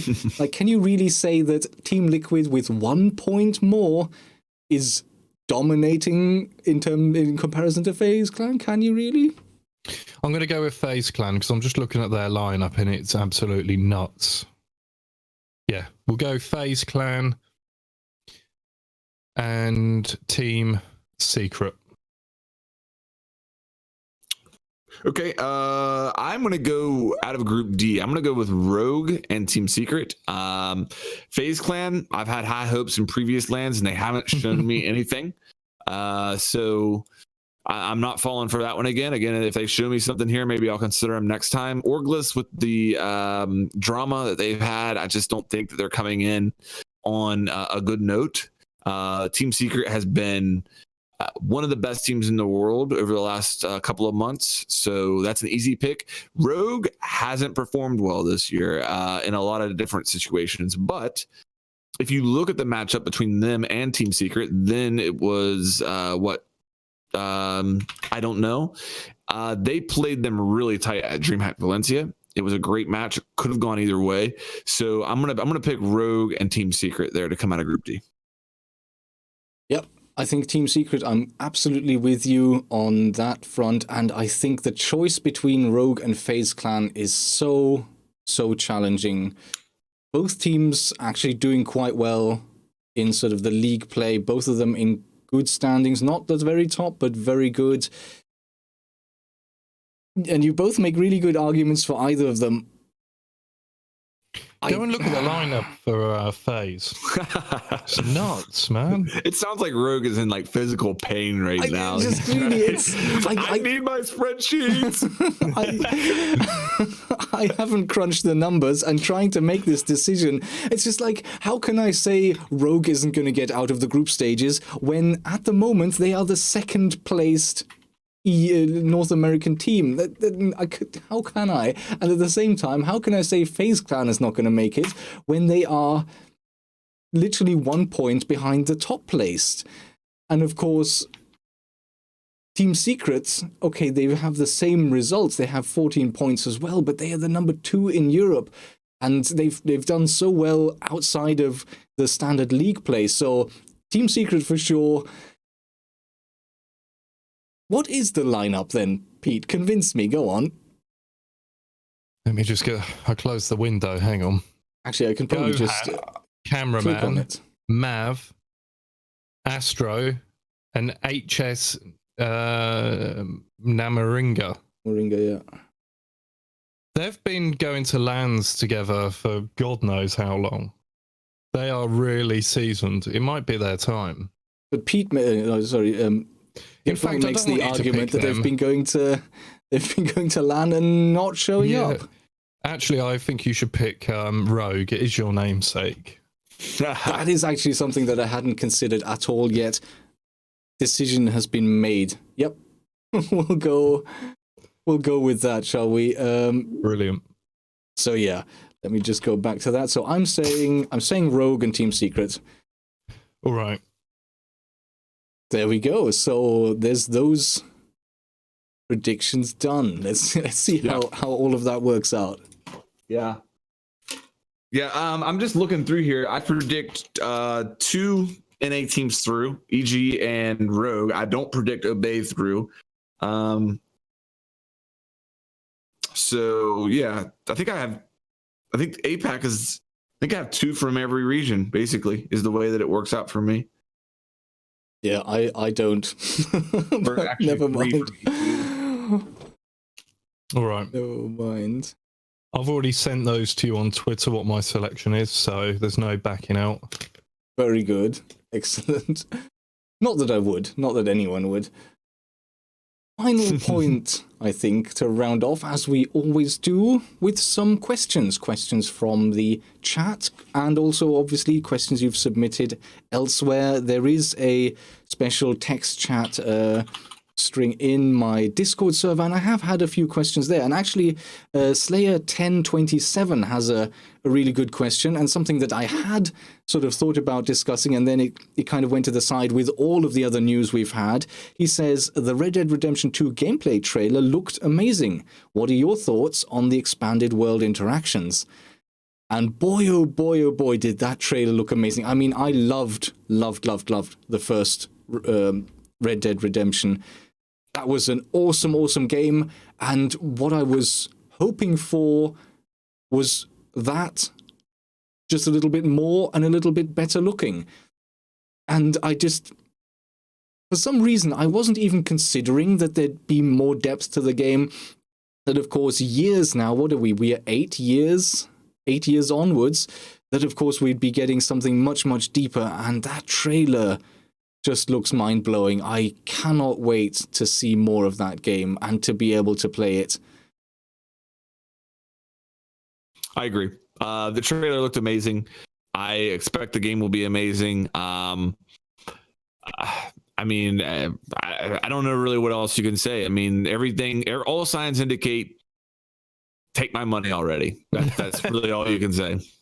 I think it's going to be the biggest game of the year. This autumn or fall window of games with Battlefield, Call of Duty, and Red Dead Redemption is going to be cracking for games. It's going to be brilliant times. But I think Red Dead Redemption is going to blow all the other ones out of the water. I think it's going to be really big. Do you think it's going to have the multiplayer to match GTA 5's? Will it go in that direction to that depth? Because, I mean, GTA 5 still gets played now. It's so popular. It's had legs for years. Will that be something they will even aim to replicate? Because at the moment, the trailer looks very single-player focused. I'd be surprised if they didn't, because there's a lot of money in that going down that road for Rockstar. And looking at the success of GTA 5, it's not even just the developers making a creative decision as to whether or not they want to do that. There's actually someone sitting above them saying, we want more of the same, please. So I'd be shocked if it didn't incorporate the online aspects that we saw in GTA 5. And a really different path they take in their promotion and hype management leading up to this. They're basically just relying on the name Rockstar and the name Red Dead to sell and create hype for this game. This is the first gameplay we've seen. It looks great, don't get me wrong, but as you said, we've seen no multiplayer, and it makes you wonder, do all these betas, do all these alphas, do all this teasing that we get from Battlefield 5, Black Ops 4, does it go against creating hype, or does it actually create more hype? I think if I'm picking which game has the most hype right now coming out this fall, it's Red Dead Redemption. The question is it because of how they manage the hype, or is it because the name Red Dead Redemption? Yeah, some of it's the anticipation of what the game is. Many people have fond memories. I mean, you can hype up a turd as much as you like, but if it's a bloody turd, that's no good, is it? So, Yeah. And, you know, Battlefield has taken some serious missteps with some of its marketing, I think. You know, particularly that first trailer wasn't received well. And then Red Dead Redemption did that. That's the first we've really seen anything about it, apart from a few little snippets. And then what they did, which was really cool, is they said something like, this is the first of the series, you know, that's going to be a series of videos. And that's all they've done. It's quite a basic video, really. It's just a narration saying, you can do this, you can do that, and in the game, you can go and do that. That's it. And it's just enough for people to know and see a little bit of gameplay to get really excited about it. I have to say, one of the things, I'm running it on my stream right now as well. One of the things that strikes me, apart from the world they're describing and the gameplay, it looks spectacular. It almost looks as if this is just a CG trailer, and then the little mini map pops up, and you see, no, this is the game. Like it, that is unbelievable how good it looks. Really excited about that. Can I ask a question? You just mentioned something there, Pete, just real quick. Have we ever gotten an explanation for that Battlefield 5 trailer as far as the hook arm? Are we in an alternate universe in Battlefield 5? Is that the explanation there, or what's going on? Yeah, I don't think that explanation was entirely clear, but I believe it is an alternate universe, just as arguably, I think Battlefield 1. That's not really World War One, is it? Let's face it. So it is alternate universe. And I think it's a case of taking something that may have been seen as very, very rare. You know, because that's not a mechanical robotic arm. It's just, you know, it's a prosthetic. Metal prosthetic. Yeah. And then offering it as a rare customization item. I'll tell you what we sadly did see, and I think sadly we saw people trying to justify that by saying, oh, but this is real. This is exactly as an early 20th century prosthetic would have looked like. It wouldn't have functioned that way because it's a game, but this is real. And I saw that with so many criticisms, for instance, in the trailer, we saw a paratrooper with a katana, and of course, neither of the British paratrooper divisions ever fought against the Japanese. So even if it's a souvenir, it would never have happened. No way. And yet we saw that, and some of the criticism then was pushed back with saying, well, but there was Mad Jack, who took a longbow into the Second World War. And it's just like, the explanation for this isn't... You're reaching. Exactly. It isn't that this happened all the time. Yes, of course, this is not as it would have been. These are, like Pete said, individual examples out of millions of soldiers. I don't think anything we'll see is completely unrealistic. I don't think there'll be anything that didn't exist as it did. But I think, obviously, and part of this is something we're used to. Like, a game will have stuff in it that is maybe a prototype and it's just everywhere. Like, for instance, I mean, you look at Battlefield 1, it had the actual World War I tanks, but of course, in any given match, you'd see like 20 different A7V German heavy tanks get destroyed, and in real life, I think 22 were ever produced. So I think it will follow in on that.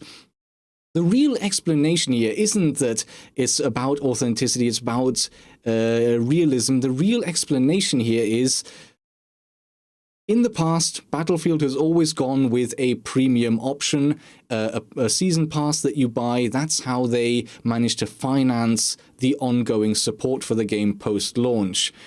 This is going away. There will be no season pass. Everyone's going to get access to the new guns, the new maps. Everything's going to be there. This whole cosmetic stuff is there to finance that. They are taking a book out of Rainbow Six Siege's page, the other way around. They're taking a page out of Rainbow Six Siege's book, and they're saying we're going to make a better gameplay experience by giving the option of adding cosmetics. if that's the way they would have explained it right from the beginning, I think most players would have gone, okay, this isn't what I was expecting, but I'll put up with it because the advantage to me as a player is just so significant. That should have been the story. It wasn't, sadly. And I think that's the problem. The problem here is, again, communication rather than anything that is actually an issue. Any questions you guys have had? I'm looking through here. Well, here's an easy one. Red asked, what are we looking forward to most this season? So, I mean, to me, what comes to mind are the things that I'm choosing between would be the two new operators. You've got the shield defensive, you got the blowtorch, you've got the new map rework of Hereford, you've got the weapon sight misalignment. What else am I missing here? There's some other. They've talked about on console you're going to be able to upscale your resolution. So if you're playing on Xbox One X, you're going to be able to play in 4K. That's what I take from that. Possibly, and then also that they're going to have a recruit. They're going to have a default operator selection. That's another thing that they've kind of mentioned that is coming with this season. The competitive player in me is looking forward to the weapon sight misalignment the most. Just knowing that whenever I miss, it's my fault. There's no foul play involved. I'll be watching your Twitch streams, and I don't want to hear any other blame being attributed to anything else. I'm never going to rage again because I know it's my fault. There's nothing else I can blame it on. It's impossible. So it's going to completely change me as a player and streamer. So the competitive player looks forward to that. But I'd be lying if I said that defensive shield operator isn't what I'm most looking forward to. Yeah, it's got to be the new operators and the new Hereford Base, right? I want to just get in Hereford Base and see what the similarities are, because I'm expecting quite a different map, but with a few little kind of nods. What's the word? Pardon? Nods. Nods to the old map. Nods towards the old once inside. Of course, we've seen the gameplay trailer, and then obviously the new operators. I think they could both be quite interesting. But I think this every season, right? Whenever when Alibi and Maestro, I was thinking, oh wow, holograms and stuff. But then 2 weeks after release, it's just an everyday normal thing. But I'm really excited for the new content coming in. And lastly, just what they announced for the future. So during the 6 invitationals, that was where they announced a lot of this new content. I think was that where they announced Hereford Base rework, stuff like that. So this would be an opportunity possibly to announce what the next map is. I'm sorry, operator bans and rank next season? Mm-hmm. Sorry, I didn't mean to interrupt, but that could be a possibility. Yeah, and they might, what if they said Cafe's getting a map buff?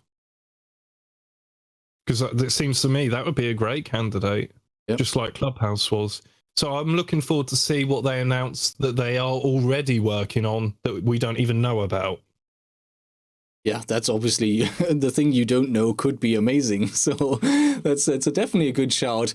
I think I'm just going to keep it relatively simple. Oh, it's so hard to choose.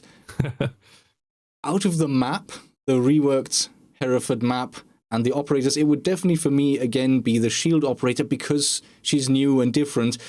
That's not to say that an additional hard breacher is not something I'm enthusiastic about. It's just it's very simple, very straightforward, very utilitarian, and I see myself going to be playing that operator a whole bunch. But obviously the very new, very different shield operator on defense is what I'm excited to find out more about. Does that make sense? Yeah. Good stuff. Pete, anything from you? I'm not getting a lot of questions in my chat that I can publicly say. Steve, is Pete even awake? He looked like he was sleeping. Thanks, Steve. Hoping for a Tachanka buff. Canal's a good candidate, says Dion Lewis. Now, would Canal be better as a map buff or a rework? Because I used to think maybe it would be a good map buff, but what I understand about the map buffs is that might actually be a map that is already really balanced and is in the ranked playlist and in the Pro League playlist like Clubhouse was. And what they're saying is it could be a map whereby there's just one site that's just really crap. So that's why I think Cafe would be a great shout for that, with the bakery area downstairs.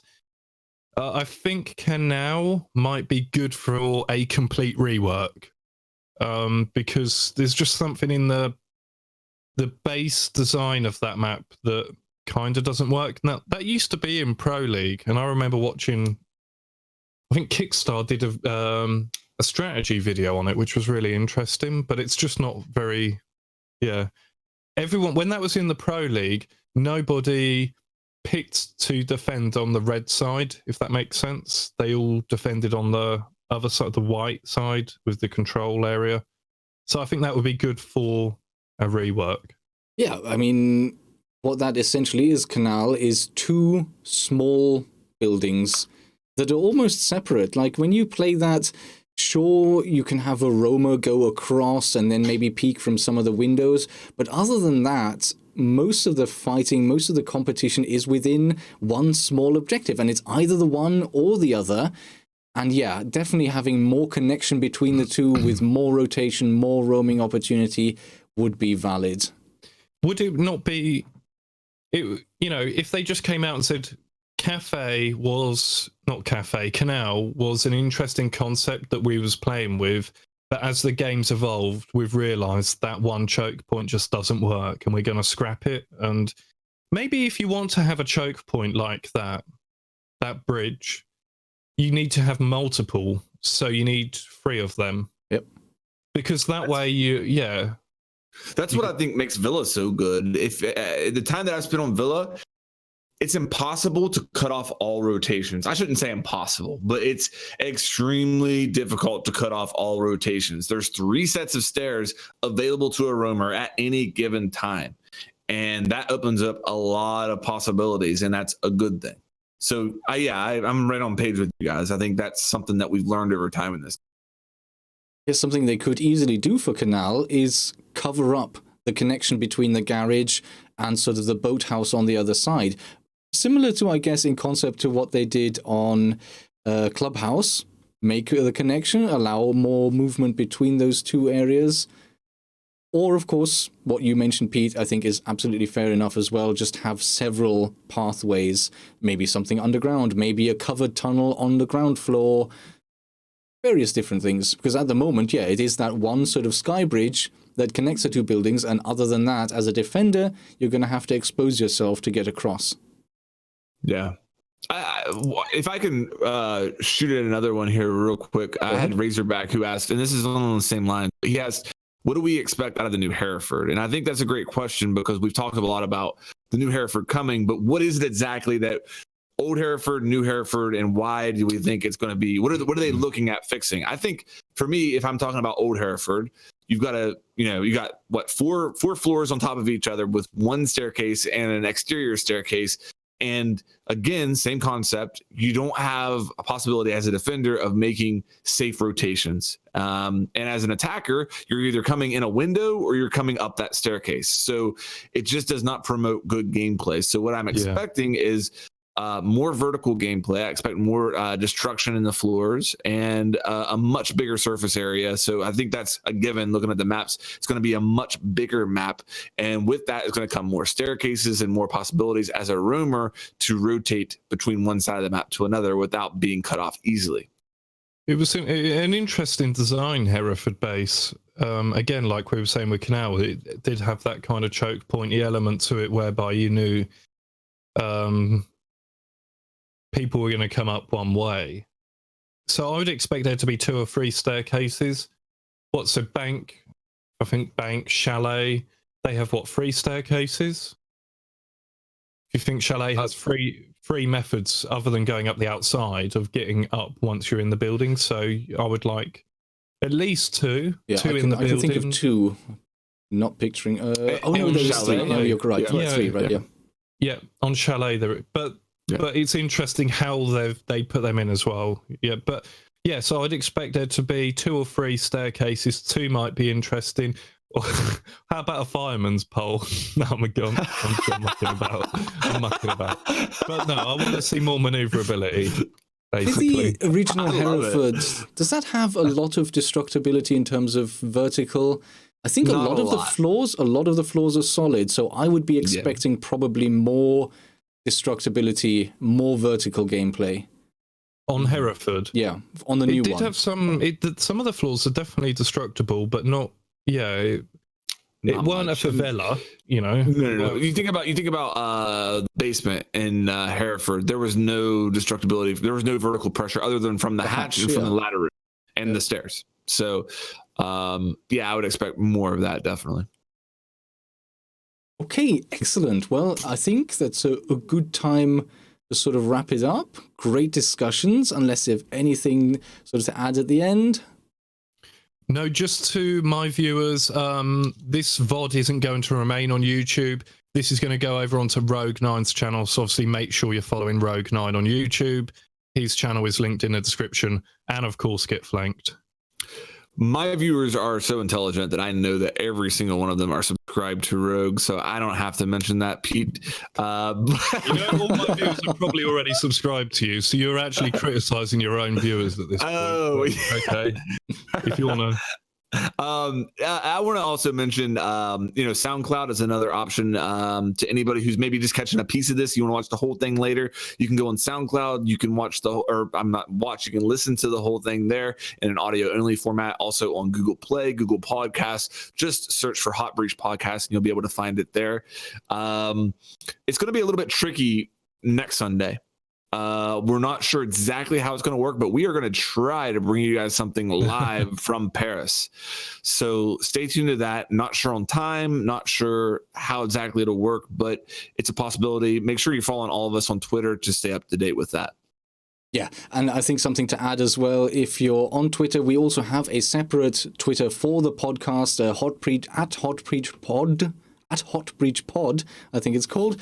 And on there, you will actually find an RSS URL that if you plug that into any modern podcasting app on your phone or iPad, you will be plugged into the RSS feed. So every time we update it, your phone will show, hey, new audio version of this podcast available. We will also, fingers crossed, touch wood, be coming to iTunes and their library. Their system is currently totally and utterly broken. I've spent 2 weeks trying to log in.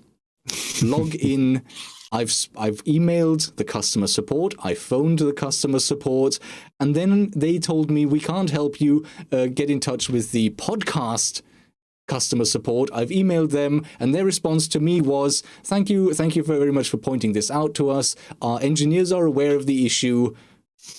Thank you for your ongoing